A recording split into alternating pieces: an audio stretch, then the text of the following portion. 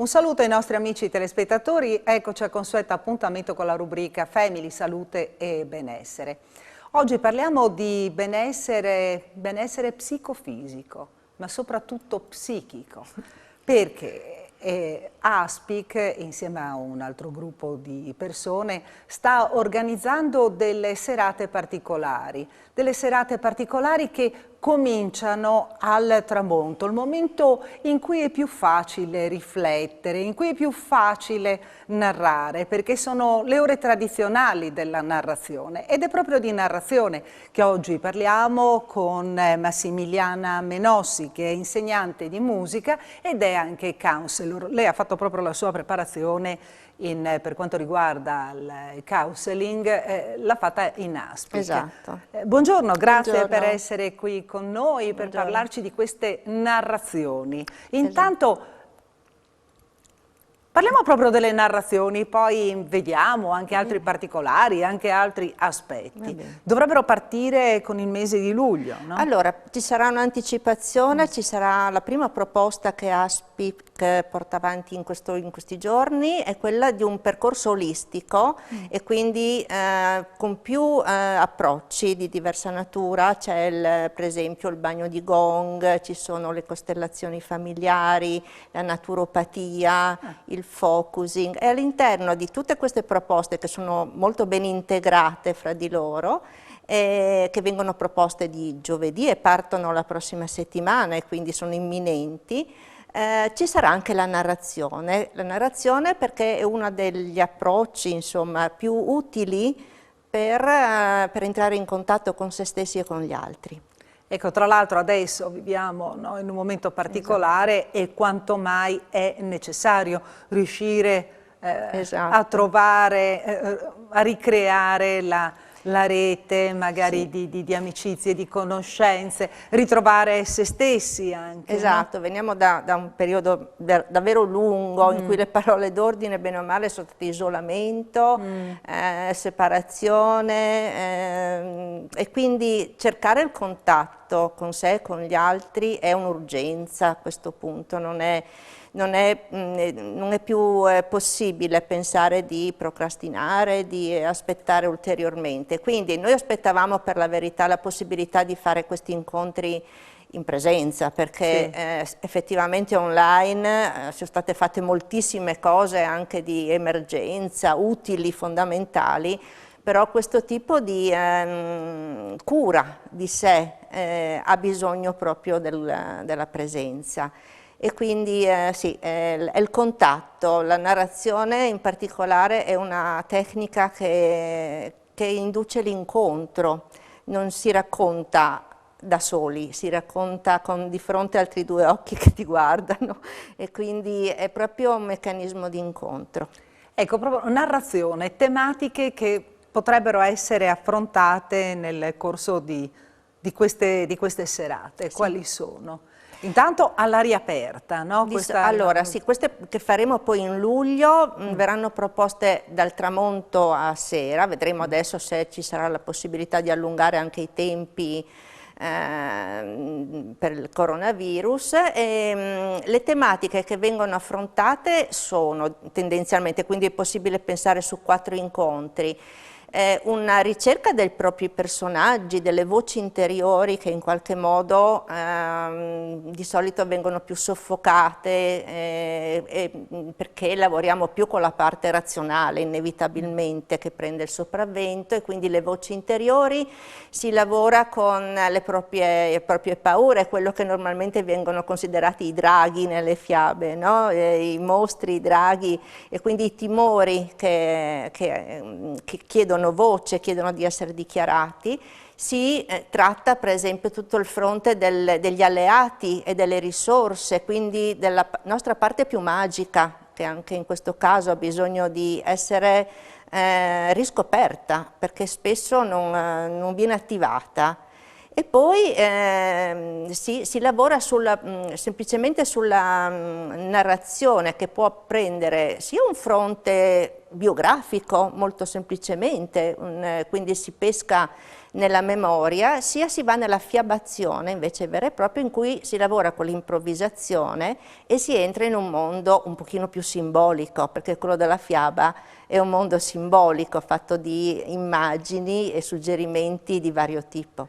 Ecco, il coinvolgimento anche del pubblico, delle persone che partecipano a queste narrazioni, come avviene? Allora, intanto non è pubblico, quindi partiamo proprio dal fatto che chi partecipa entra in un laboratorio e quindi è una partecipazione attiva. Ha bisogno di iscriversi prima? No, perché non c'è recitazione, non c'è lettura, si lavora con l'improvvisazione. L'improvvisazione è una tecnica importante, perché bypassa proprio la parte nostra più di controllo, più razionale, e fa anche qualche sgambetto, ma è il canale più utile per andare un attimino più in profondità.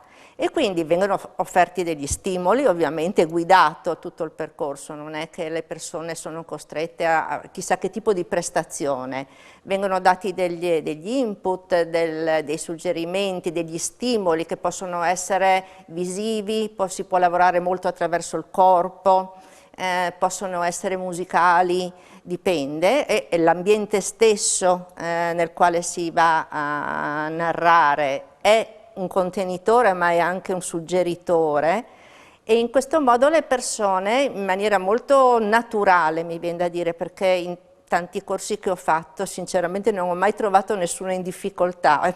Per l'essere umano raccontare è una cosa estremamente naturale.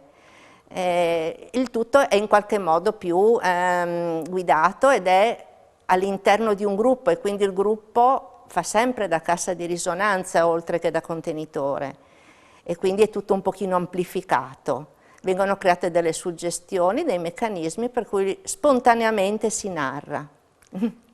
Lei è anche insegnante di musica, anzi lei nasce soprattutto come insegnante di musica.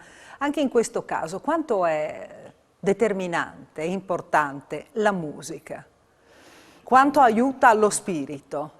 Assolutamente, la musica è evocativa, la musica ci mette in moto immagini, film, suggestioni, sensazioni fisiche, muove tutte le emozioni, e quindi è un alleato nel mio lavoro, l'ho sempre stato, e anche nella narrazione lo uso ovviamente tantissimo. Anche quando ero a scuola insegnavo, i due strumenti, insomma, della musica e della narrazione viaggiavano assolutamente assieme. Quasi sempre chiedevo ai ragazzi, insomma, di raccontare mentre ascoltavano, e la narrazione è sgorga naturale, non è un meccanismo che richiede chissà che tipo di arte o di artificio, assolutamente un meccanismo naturale. Qui non abbiamo la musica, un piccolo esempio di narrazione qui, così, un'improvvisazione. Di narrazione qui? Sì, qui, adesso, un minuto. Si può? Le chiedo troppo? No, non è un problema, io posso cominciare a raccontare su qualsiasi... La sua esperienza di oggi qui in televisione, come la vede? Allora, questa è una storia che inizia qualche anno fa, quando ancora non immaginavo che ci sarebbe potuto essere per me una prospettiva di questo tipo. È partito qualche anno fa ed è partito per qualcosa che mi ha mosso il cuore e che veniva da una necessità che evidentemente sentivo, che era quella di entrare in contatto con le persone, cercando di trovare un collegamento che facesse star bene me e facesse star bene anche gli altri. Questa cosa in qualche modo era già bozzata, si era già bozzata nel tempo, aveva trovato già canali in cui era riuscita ad esprimersi, ma poi quando è arrivato il counseling è successo che è partita una cosa magica. Era come se improvvisamente avessi aperto il forziere e avessi sgarfato davvero fino in fondo, dove non ero andata mai a guardare. mi ero fermata a utilizzare soltanto gli elementi superficiali di me, delle mie competenze, di quella che è la mia personalità, e invece rovistando per bene nel mio baule, tra le mie virtù ed anche tra le mie possibilità, ho scoperto strumenti e oggetti che non avevo mai pensato di possedere, invece c'erano. In quel momento hanno cominciato a venire fuori, allora li ho ripuliti, li ho osservati, li ho studiati bene, li ho fatti ridiventare miei fino in fondo e ho cominciato a portarli nel mondo. Ecco, questo è un bellissimo esempio, una piccola narrazione che, sì. che può essere, no, presa ad esempio da tutti noi. Certo. Questa è un'occasione per guardare dentro se stessi, cercare in noi stessi effettivamente. Noi siamo un album di sì. storie, noi siamo tante storie e di solito sono le storie che raccontano noi, non viceversa. Quando si chiede a una persona di raccontare comincia a venire fuori quello che c'è dentro, è la storia che racconta la persona e non viceversa. Questo i bambini per esempio lo sanno perfettamente. Se voi notate la differenza tra quando a un bambino viene letta una storia e quando viene raccontata, il bambino cambia completamente partecipazione, perché è diversa la partecipazione dell'adulto. Un bambino quando sente raccontare una storia non sa qualcosa dalla mamma, sa qualcosa della mamma e lì sa tutto di lei, perché nel momento in cui un adulto racconta mette in campo tutto se stesso, sempre, quindi vengono fuori aspetti emotivi della struttura mentale, dei pensieri, c'è il corpo che partecipa e il bambino scopre cose della persona, non dalla persona. Siamo giunti al termine della...